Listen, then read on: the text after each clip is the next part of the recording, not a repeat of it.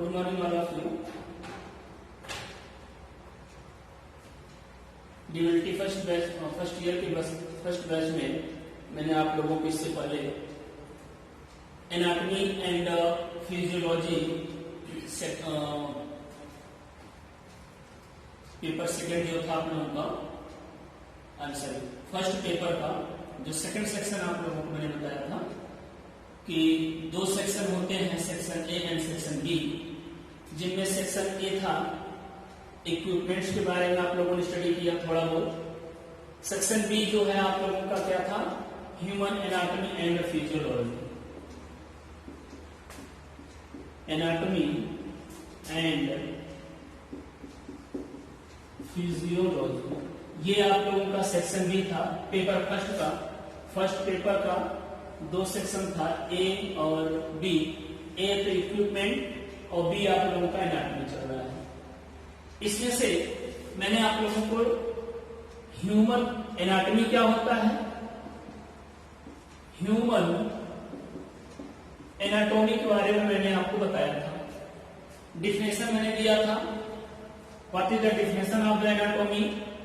उसके बाद types of the anatomy मैंने आपको उसमें दिया था, तीन आप लोगों ने पढ़ा था, ग्रॉस, माइक्रोस्कोपिक एंड सिस्टेमिक। ये तीन आप लोगों ने एनाटॉमी के बारे में पढ़ा था वहां डिटेल में। और मैंने उसी समय आपको प्रीवियस लेक्चर में मैंने आपको बताया था कि इसके बाद की जो टॉपिक होगा वो होगा आप लोगों का फिजियोलॉजी। तो आज जो आप लोग पढ़ेंगे वो टॉपिक क्या रहेगा, वो टॉपिक है फिजियोलॉजी। ह्यूमन की एनाटॉमी हमने देखा। एनाटॉमी के केस में हमें क्या मिल रहा था भाई, structures of the human body. हमने किसका स्टडी किया, structures of the human body. Human body का स्ट्रक्चर का हमने वहां पर डिटेल में देखा कि कैसे हम लोग करेंगे, उसमें सिस्टम्स भी मिलेंगे कई। इसके बाद की जो टॉपिक आती है वो होती है फिजियोलॉजी। हिंदी में अगर आप लोगों ने जब इंटरमीडिएट में पढ़ा होगा, मानव आकार की एवं कार्य की, जो ह्यूमन एनाटॉमी एंड फिजियोलॉजी वहां पर हिंदी में आप लोगों ने पढ़ा होगा, मानव आकार की एवं कार्य की, मतलब मानव का आकार के बारे में स्टडी करना, मैंने उनका स्ट्रक्चर्स। उसके बाद हमें उनका फिजियोलॉजी की कार्य पढ़ना है कि अगर कोई ह्यूमन है तो ह्यूमन का ऑर्गेनाइजेशन कैसे हुआ। ध्यान समझिएगा, कोई भी ह्यूमन पर्सन है, कोई मानव है, उसका ऑर्गेनाइजेशन कैसे हुआ है। सपोज दैट जैसे हम आप हैं तो ओवरऑल बॉडी जो बनी होती है इसमें कई पार्ट होते हैं, जैसे स्किन, जैसे हैंड, स्केलेटन मतलब बोन्स, ऐसे तमाम प्रकार के ऑर्गन्स होते हैं या ये सब होते हैं। ये मिल करके एक बॉडी स्ट्रक्चर बनाते हैं। अब फिजियोलॉजी में क्या आते हैं, हम इनकी स्टडी कर रहे हैं, एनाटॉमी में हो गया। फिजियोलॉजी में क्या होता है कि ये ओवरऑल बॉडी जिनसे बना हुआ है, हम इनके एक्टिविटी को पढ़ेंगे। जैसे बोन, हमने बोन के बारे में क्या जानना है, ओवरऑल बॉडी यूटिलाइज बोन। अब बोन के बारे में पढ़ना है तो क्या पढ़ना पड़ेगा, स्केलेटन। क्या पढ़ना पड़ेगा, स्केलेटन, स्केलेटन सिस्टम। अभी आगे ऐसे बहुत सारे आएंगे, भोजन कैसे डाइजेस्ट होता है उसके बारे में पढ़ना है, तो तमाम केसेस मिलेंगे। तो फिजियोलॉजी का जो टर्म है ये है क्या जी, नोट कीजिए आप लोग, स्केच है आप लोगों की।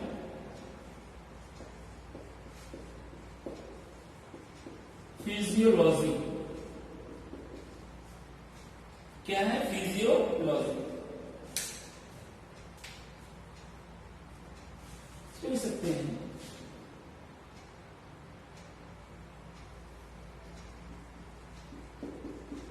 फिजियोलॉजी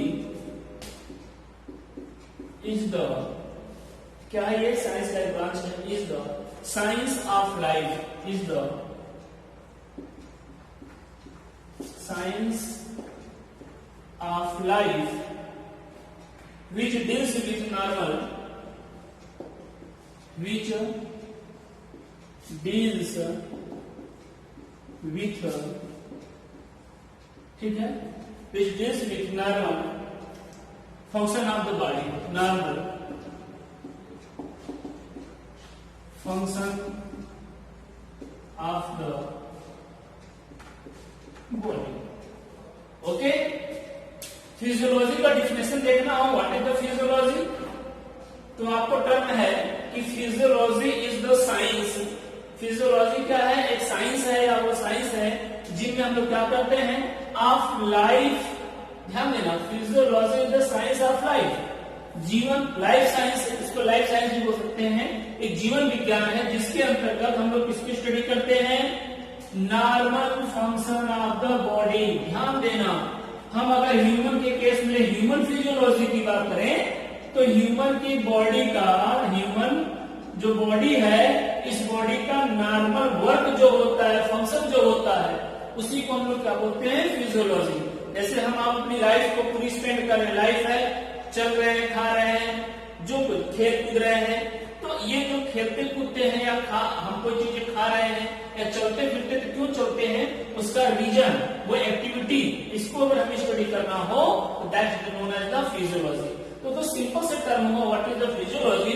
फिजियोलॉजी मीन्स होता है function of the body in which deals with, मतलब हम लोग इसमें किसकी स्टडी करते हैं, जब कोई ह्यूमन के आकार, कोई ह्यूमन बॉडी है या कोई भी बॉडी, हम यहाँ ह्यूमन की नहीं बात करें तो एनी मोर्स, किसी भी एनिमल्स, किसी भी प्राणी की अगर हम बात करें, उसके बॉडी का जो वर्क होता है, उसका जो फंक्शन होता है, नॉर्मल फंक्शन, उसी को हम लोग क्या बोलते हैं, फिजियोलॉजी बोलते हैं। ठीक, इसके आगे नोट कीजिएगा आप लोग,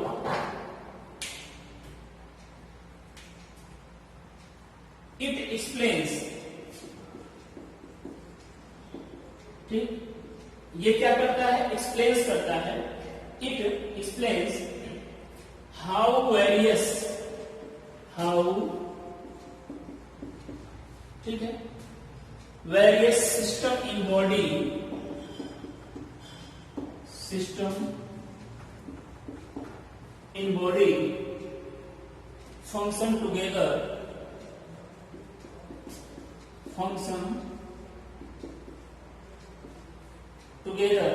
function together normally as,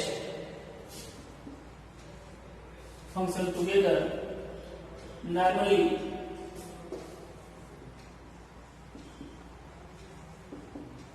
ठीक, normally as a single unit, single unit।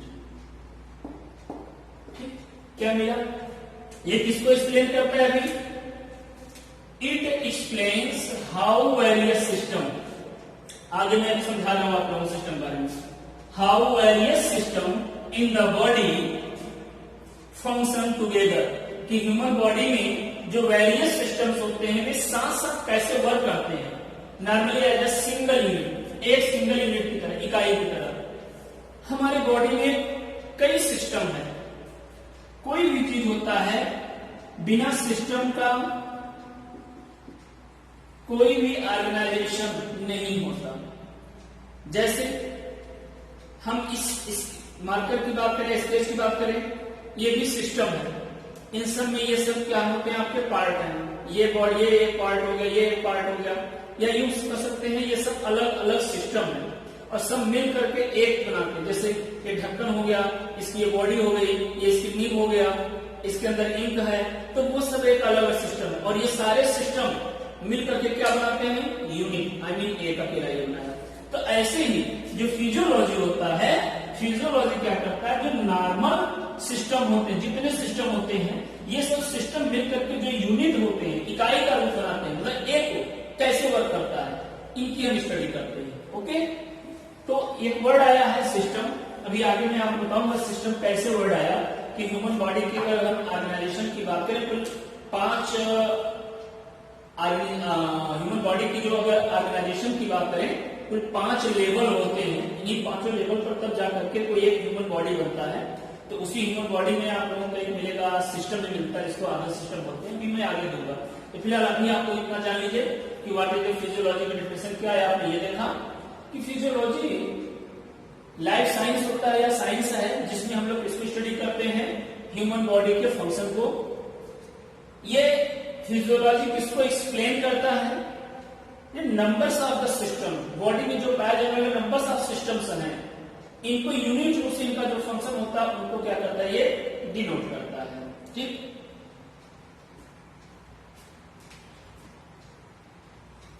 in the physiology, in the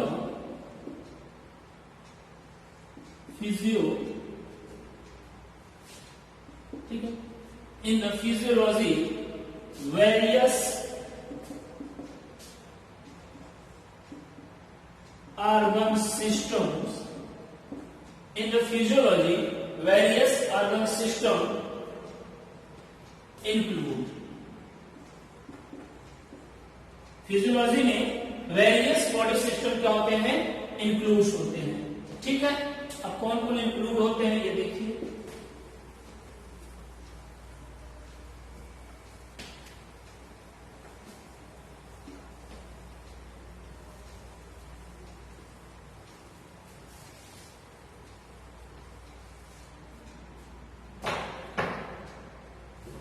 something 10 के लगभग आप लोगों को मिलेंगे। पहला number central nervous system, central, ठीक है, central nervous system,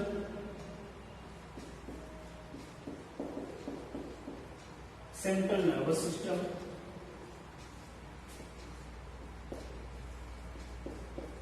digestive system,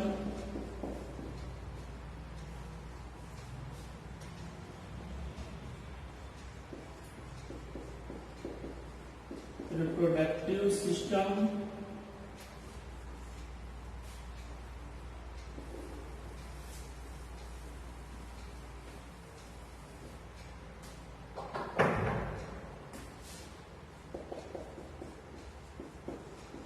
excretory system, excretory के बाद आप लोग ले सकते हैं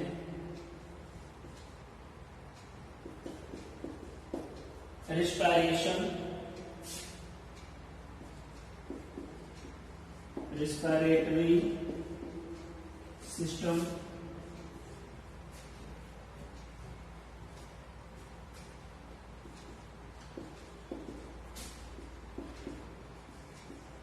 cardiovascular system,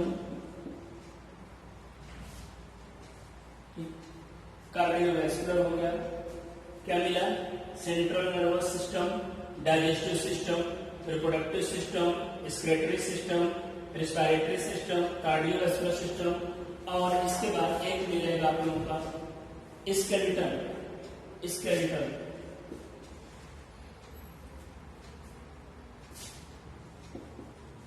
स्केलेटन, ठीक है, स्केलेटल सिस्टम। मेनली इतने हो गए आपके। ऐसे तो सिस्टम देखेंगे आप लोगों को बहुत सारे मिलेंगे। जो मेन सिस्टम की हम बात करते हैं, समथिंग कितना होगा आपका 7।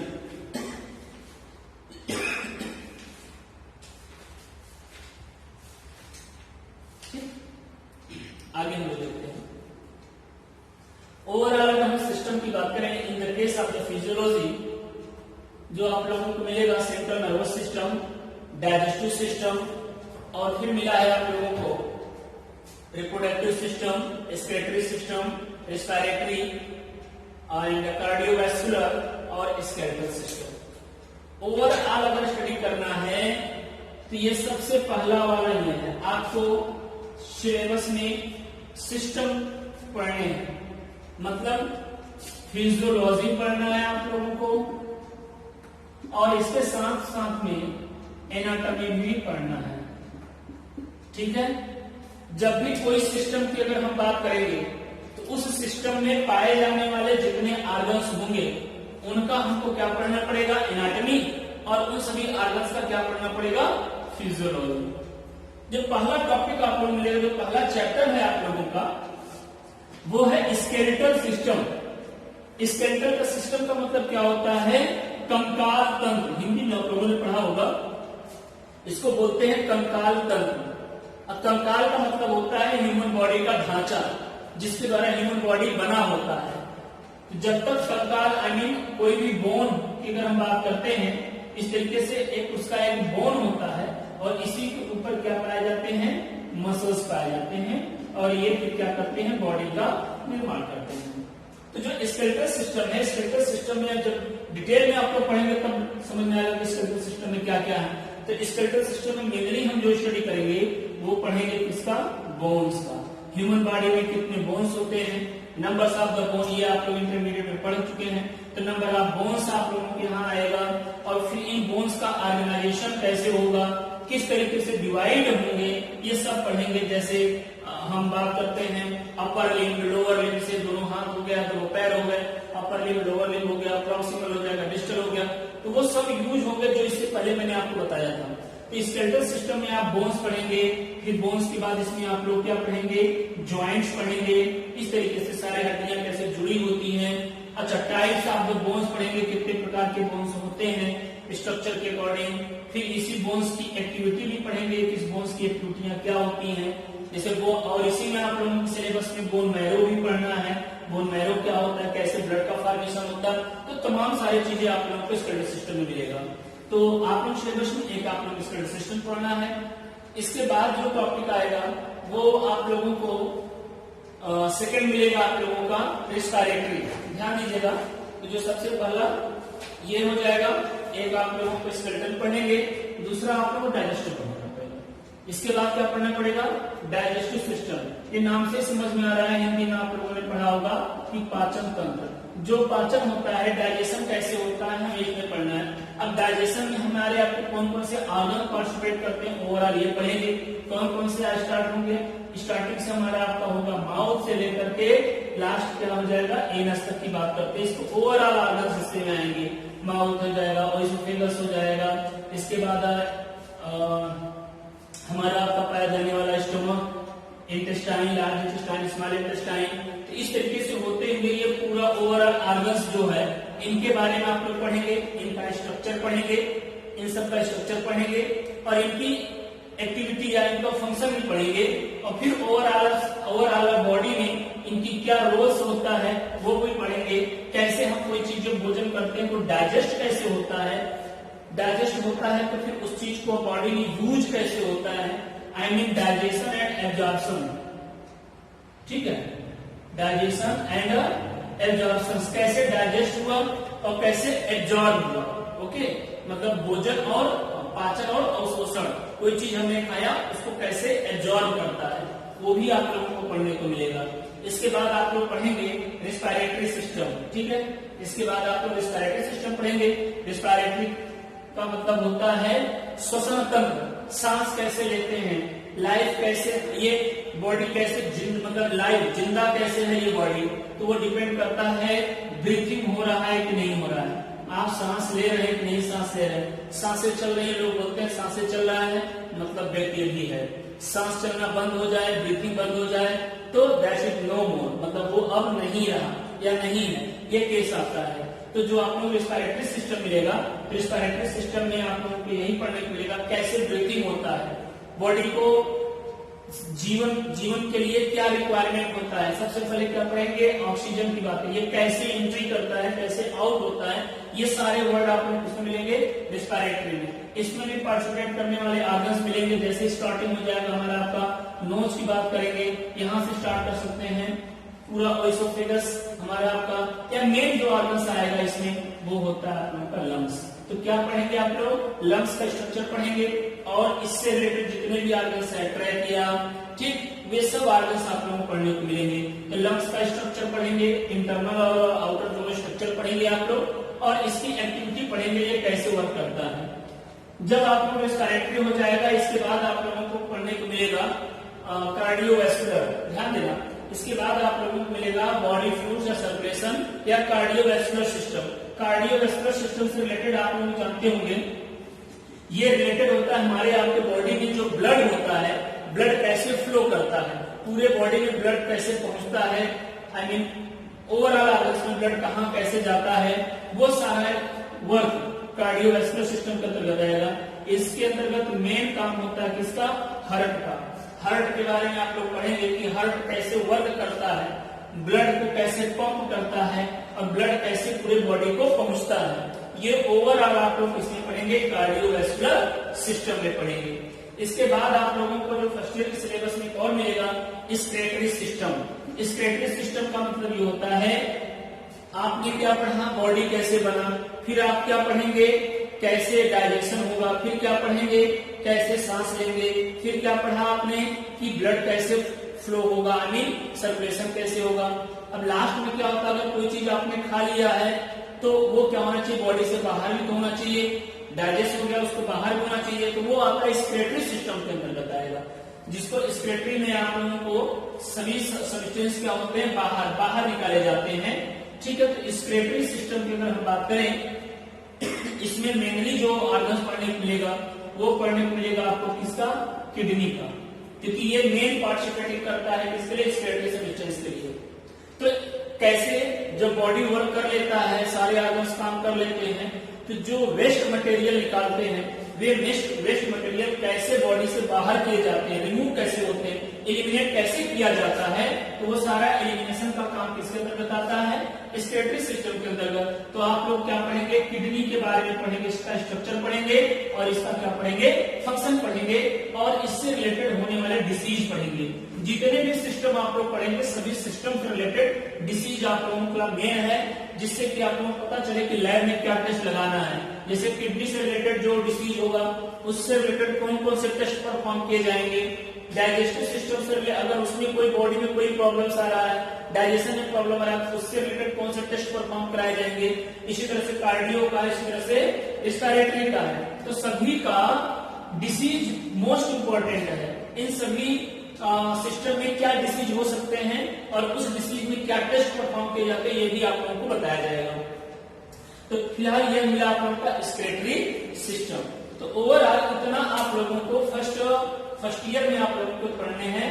क्या, सबसे पहले स्केलेटल, फिर क्या पढ़ना है आप लोगों को, इसके बाद पढ़ना है डाइजेस्टिव, फिर क्या पढ़ना है रेस्पिरेटरी, फिर क्या पढ़ना है कार्डियोवैस्कुलर और इसके बाद पढ़ना है आप लोगों को स्क्रेटरी सिस्टम। ये तो हुआ ओवरऑल आप लोगों का physiology. What is the physiology, मैंने आप लोगों को डेफिनेशन दिया कि फिजियोलॉजी क्या होता है, एक प्रकार का साइंस है या लाइफ साइंस होता है, जिसमें हम लोग इसकी स्टडी करते हैं, बॉडी के फंक्शन का या बॉडी में पाए में जो सिस्टम्स होते हैं, इन सिस्टम के फंक्शन को क्या करते हैं, स्टडी करते हैं। मेनली कौन कौन से सिस्टम इंक्लूड होते हैं ये मैंने आपको बता दिया और हर एक सिस्टम के बारे में थोड़ी बहुत मैंने आपको परिचय दिया कि व्हाट इज द कार्डियोवैस्कुलर में किसको स्टडी करते हैं, स्केलेटल में किसको करते हैं, रेस्पिरेटरी में किसको करते हैं।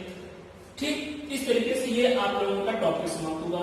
अगेन जो इसके बाद की जो एक टॉपिक आएगा वो रहेगा ऑर्गेनाइजेशन ऑफ ऑर्गेनिज्म, कि कोई भी ऑर्गेनिज्म है, दो वर्ड आए, ध्यान दीजिएगा, ऑर्गेनाइजेशन ऑफ ऑर्गेनिज्म। ऑर्गेनिज्म का मतलब क्या होता है कि कोई भी प्राणी या कोई भी जीव। ऑर्गेनिज्म का मतलब होता है कोई भी जीव। हम किसी भी ऑर्गेनिज्म की बात कर लेंगे, कोई ये सपोज कोई भी प्राणी है तो उसका ऑर्गेनाइजेशन कैसे होता है, कितने लेवल में वो बना होता है।